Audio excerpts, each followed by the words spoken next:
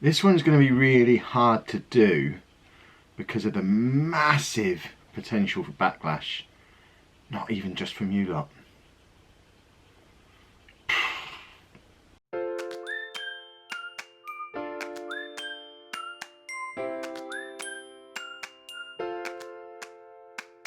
Right, I'm going to kick things off today with a disclaimer, and that is none of what I say in the next 10 minutes or so is meant to offend anybody.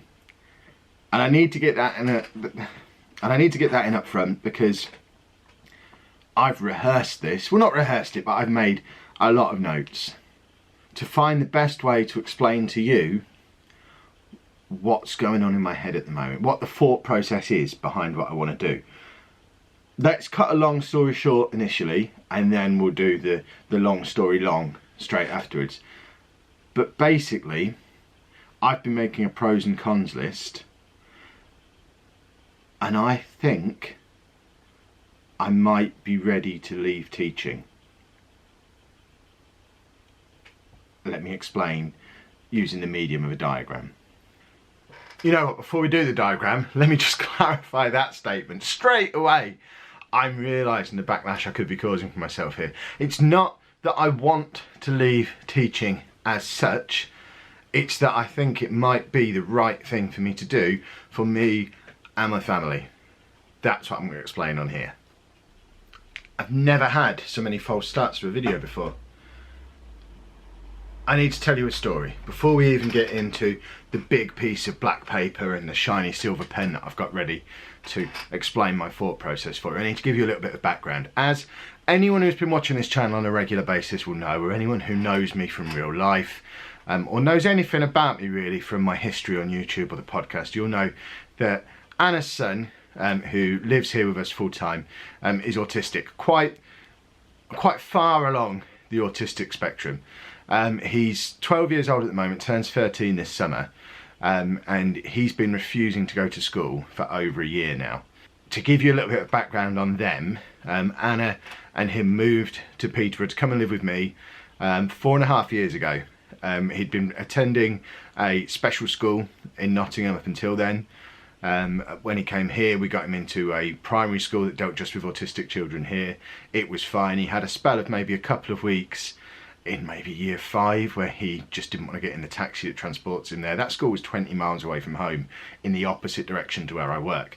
But by and large, he went every day. But he started secondary school the summer before last. So we're talking summer 2015. All was well for the first couple of months. But then after we went back for Christmas this time last year, he just stopped going. He just refused. He wouldn't get in the taxi in the mornings. He just completely refused. For anyone who can't get their head around how a kid in year 7 can just refuse to go to school, I wish there was a way for me to explain it for you. I don't have any video footage that I want to put on the internet. Believe me when I say he genuinely can refuse to go, and has for a year. There's social workers involved, his school are involved. Anyone and everyone you can think of a part of the process have been out to try and get him to go to school, and he just won't. And it's been over a year. When all this happened, Anna was halfway through the first year of university. She was doing a media degree at university here in Peterborough. And when he started refusing to go to school, she kept phoning in sick, effectively, postponing, and eventually last summer had to withdraw from university. So there's that. She's basically had to give up this thing that she's wanted to do for a long time, purely because he won't go to school. At the moment, she's not working, she's not studying, she is literally just a full-time carer who's with him 24/7, and it is a lot of work. He's not like having a normal 12-year-old kid around. He is a lot of intensive work, needs her pretty much in the same room as him 24 hours a day, 7 days a week, with very limited respite care offered. You might have seen a video a week or so back where he went and stayed away in Boston for the night. That's only the second time he's done that since he's lived here, for the 5 years that he's lived here. And we maybe get another 5 or 6 nights a year where Anna's mum comes over from Nottingham and sits with him so we can go to conventions and gaming expos and things. But other than that, she's with him 24 hours a day, 7 days a week. And I feel really, really guilty about that. I mean, seriously, really guilty, because I get to get up in the morning, go to work, put my work hat on, and just go be a teacher 5 days a week and not worry about what's going on here, not have to think about it. And then I come home and don't understand why she's... It's not that I don't understand why she's tired. See, I'm already offending people. I'm offending Anna. This wasn't meant to offend you. But it can be hard when you've been at work all day to come home and wrap your head around the fact that the person who's been at home all day is just as tired as you are. And it's difficult. It's a strain on everything. And there's a solution to it. And that solution is for me to drive him to school every day. Because if me and Anna tag team him, we can drive him the 10 miles to get to his school every morning. She doesn't drive, so it's not an option for her to even try and do that at the moment. And she couldn't do it on her own anyway, because one person needs to be driving while the other person is basically holding him down in the car, which is what we're going to have to do probably. We're doing a trial run of this at half term in a few weeks, because our half terms don't match up this year, so I'm on half term a different week to what he is. So we're going to give this a trial run then, before any final decisions are made. But if we're able to get him to school every day, all day, just by me driving him in, then it becomes a question of, is that the right thing for me to be doing all the time?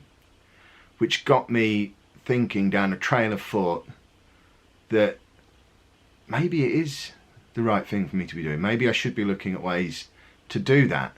And that, combined with the notification I got last week about quitting my job with no plan from 8 years ago, I think the two of those things have just collided in my head and really got me thinking and got my creative spirit going in my brain to try and figure out a way that it might work. I think I have one. And I can't decide whether it's a good idea or not. We will go to the black paper now. So, the way I see it, there's a number of pros and cons to me leaving teaching. And to clarify, I'm talking about leaving teaching and doing this full time, YouTube and writing. We'll get back to that. Now for me, as a natural entrepreneur and risk taker, the pros are really easy to come up with. They're a lot easier for me to do than the cons, which is one of the reasons why I want to share this with you lot, so you can help me populate this side of the piece of paper. But the pros are obvious. Firstly, Sproglet goes back to school. He's not been going for a year. That's a problem. By doing this, he will go to school every single day, which is massively important. And the side effect of that is Anna gets her life back. She can choose to go back to uni. She can choose to get a job. She could just choose to not be a 24/7 carer for a little while and have a little bit of thinking space to decide what she actually might want to do. And the side effect of the two of those is that I get to basically live my dream. So I get to live the dream. Because once he's at school and we're home again at 10 o'clock in the morning, until I need to go and pick him up again at like 2:30, I'd have 5.5 hours every single day to write, to make videos, do podcasts. Basically any harebrained scheme I can come up with, I would have the free time to allow me to do that. And the idea of that is so very appealing to me, because I genuinely believe if I was to do that full time, I could earn full-time money doing it. And we'll look at that probably in another video, maybe later in the week, when I dig into the numbers a little bit more. So they're the really obvious pros straight away. Plus you've got the other stuff, like it's going to be more time with my kids. I'd get more time with Anna. Not necessarily during the day, because I'd still be working. I'm making that very clear when I'm talking to her about this. I'd still be working. I just wouldn't be working as a teacher anymore. I'd be working as an author and a YouTuber. But I'd get my evenings back. because I wouldn't have to do this stuff in the evenings anymore. Because I'd be doing it during the day. So I'd have my evenings back. Plus, a big pro that I can't even fit on the list is there's that potential, and we'll put it up here. And I'm going to put potential, and we'll really underline that. So potential financial reward. And we'll cover that in a video later in the week. But potentially, it could be lucrative. I've got one book at the moment that really sells any kind of numbers. But it makes me half to a third of what, sorry, a third to a half of what people might consider a normal living wage. So if I had 3 of those books, that's a full living wage. If I had 4, that's more than a full living wage. If you put YouTube in as well, suddenly I'm much better off than I am now. But obviously that's going to take time to build up to. So at the moment I have 1 book, 1 YouTube channel. It doesn't really make any money. Which leads us into the cons. And the cons, obviously, in the short term, will be a little bit worse off. So, finances, we'll put brackets short term, because I think long term they'd sort themselves out. We'll dig into that in a little more detail later in the week, because it's not a case of my salary just disappears. It's not, and we'll explain why. So, finances in the short term is a problem, but there's also other little things like security, and by security I mean things like I won't have a pension anymore, I won't have life insurance anymore, I won't have sick pay anymore. Now a lot of that stuff is balanced out by the fact that rather than me exchanging my time for money like I do at the moment, I'll be creating stuff that is effectively evergreen, at least to a point. If I retire, people will still buy my books. If I die, people will still buy my books. If I'm sick, people will still buy my books. People will still watch the YouTube channels for a while. Eventually, the lack of new content would cause that to take a nosedive. And eventually the same would happen with the books. But it's not a case of if I retire, if I die, if I'm sick, income stops straight away, which is kind of what it happens with a job if you don't have those things. It's a little bit different when you're creating stuff and putting it out there and people can buy it whenever they want or consume it however they want. So there's that, but it's not as bad as all that. Same as that one. The cons are kind of cons that balance out a little bit. And that's where I'm really struggling. And I can't think of any more cons. I guess a big one would be giving up teaching. I trained for 4 years in my late 20s and early 30s to become a teacher. It would be a shame to give that up after only 4-5 years doing it.